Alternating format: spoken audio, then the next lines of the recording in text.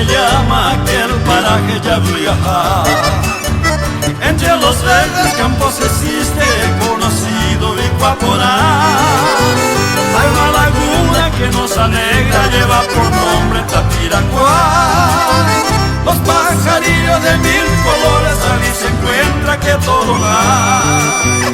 En el cercado de la enramada se ve criándose así, diciendo triste a su compañera de causa y dentro Chaico así.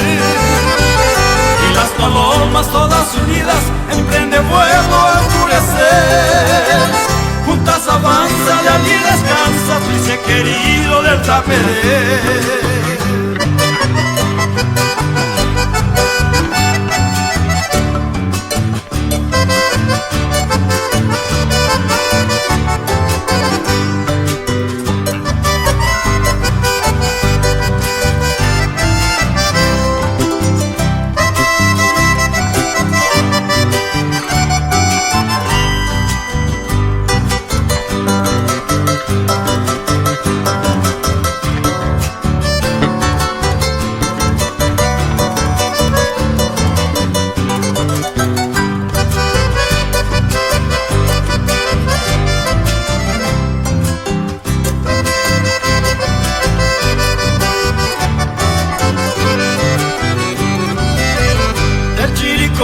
Que alegra el alma acompañado del Cocoé.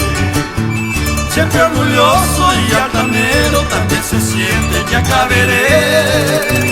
En alto monte se ve volando pájaros raros urucuá, diciendo triste a su compañera la cerellana tacetajá. Las quiriritas también se quejan y triste dejan el bocachá. Y yo lamento mi sufrimiento por la esperanza que pierdo ya.